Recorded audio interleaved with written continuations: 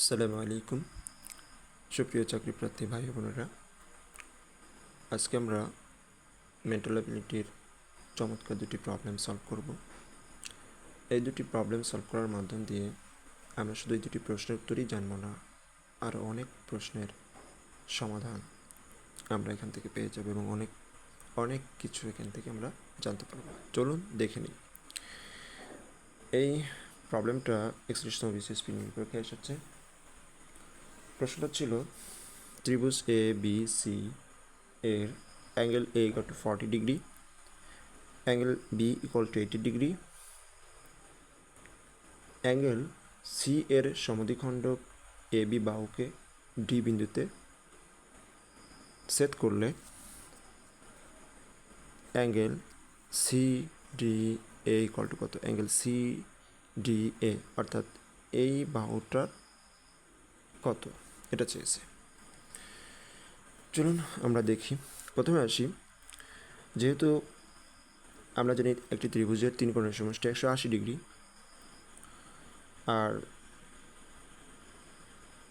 Angle A 40, angle B 80 দেওয়া আছে, তাহলে ডেফিনেটলি অ্যাঙ্গেল সি কত হবে? অ্যাঙ্গেল এই সি পুরোটা কত হবে? ডেফিনেটলি অ্যাঙ্গেল সি হবে কত? আমরা এটা 40 আর 80 কত? 120, 120, 40 আর 80 120, 120 থেকে 180, টোটাল 180, 180 থেকে 120, এটা সি হবে। অ্যাঙ্গেল সি হবে কত?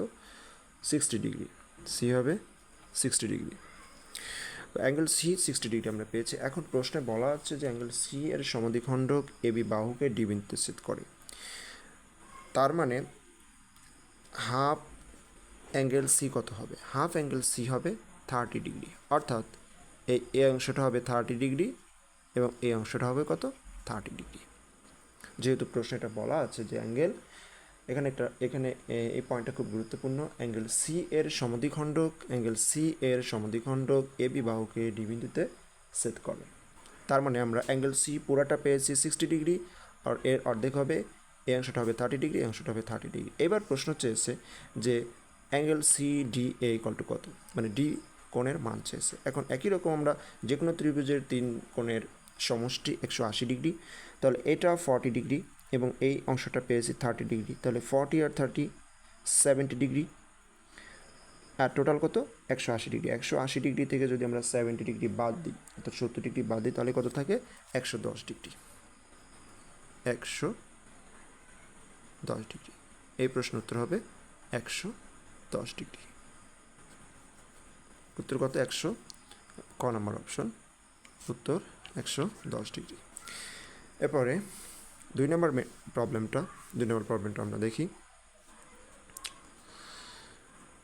6 সেন্টিমিটার ব্যাসার্ধ বিশিষ্ট বৃত্তের অন্তঃস্থ একটি সমবাহু ত্রিভুজের ক্ষেত্রফল কত? প্রশ্ন বলছে 6 সেন্টিমিটার ব্যাসার্ধ বিশিষ্ট বৃত্তের অন্তঃস্থ একটি সমবাহু ত্রিভুজের ক্ষেত্রফল কত? আমরা এটাও 41তম বিসিএসের প্রিলিমিনারি পরীক্ষা এসেছে। আমরা প্রথমে চিত্র আঁকি। দেখুন,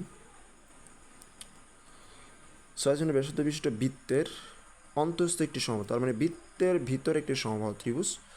আমরা একটা বৃত্ত আঁকলাম।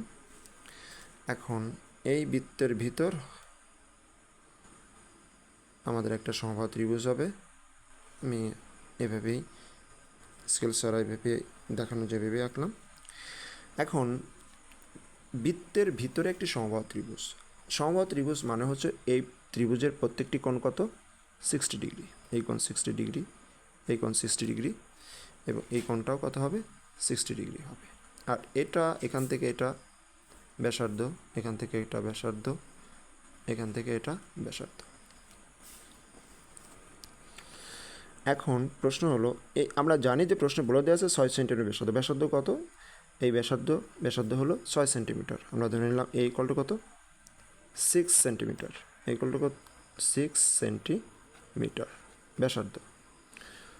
এ না ধরে আমরা আর ধরি, ছোট হাতের আর ধরি,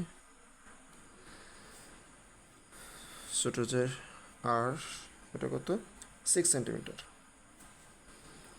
ছোট হাতের বড় হাতের আর ধরলাম, আর ইকুয়াল টু 6 সেন্টিমিটার। এখন প্রশ্ন চেয়েছে যে অন্তঃস্থিক সমবাহু ত্রিভুজের ক্ষেত্রফল কত? আমরা জানি সমবাহু ত্রিভুজের ক্ষেত্রফলের সূত্র হলো √3/4 বাহুর দৈর্ঘ্য বাহু হোল স্কোয়ার। সমত্রিভুজের ক্ষেত্রফলের সূত্র আমরা জানি √3/4 বাহু স্কোয়ার। তাহলে আমাদের কী বের করতে হবে?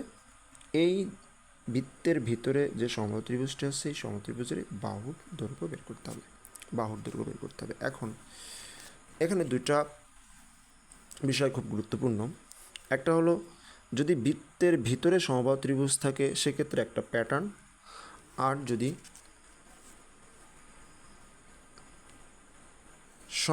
সমবাহু ত্রিভুজের ভিতরে বৃত্ত থাকে, যদি এমনটা থাকে যে যদি এমনটা কখনো হয় যে আমার বৃত্তটা হবে সমবাহু ত্রিভুজের ভিতরে, অর্থাৎ সমবাহু ত্রিভুজের ভিতরে বৃত্ত, আরেকটা হচ্ছে বৃত্তের ভিতরে সমবাহু ত্রিভুজ, দুইটা কন্ডিশন। তাহলে এই দুটো কন্ডিশনের ক্ষেত্রে এটার সূত্রটা হবে যদি বৃত্তের ভিতরে সমবাহু ত্রিভুজ থাকে। এখানে একটা ব্যাপার, সমবাহু ত্রিভুজের ইংলিশ টার্ম হলো equilateral, LATRL, equilateral triangle, TRI, equilateral triangle, সমবাহু ত্রিভুজ।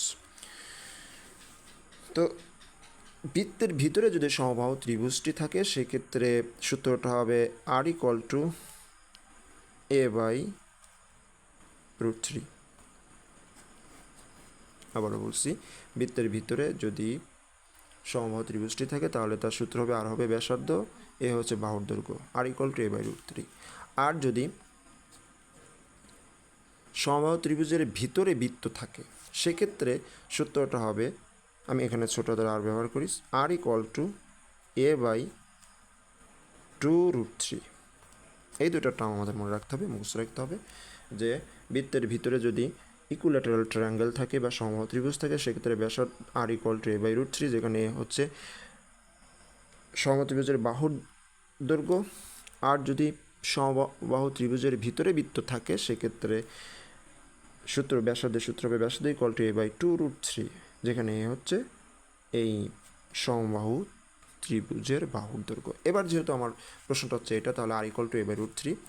এখন আর ভ্যালু কত? আরটা কত? 6 সেন্টিমিটার। তাহলে এখান থেকে আমরা আসি 6 = A/√3 বা A =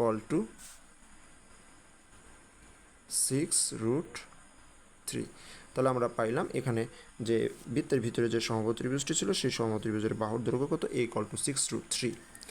এখন প্রশ্ন চেয়েছে যে সমবাহু ত্রিভুজটির ক্ষেত্রফল কত? ক্ষেত্রফল আমার এখানে সূত্র √3/4 A², √3/4 A², অর্থাৎ √3/4 6√3 হোল স্কোয়ার।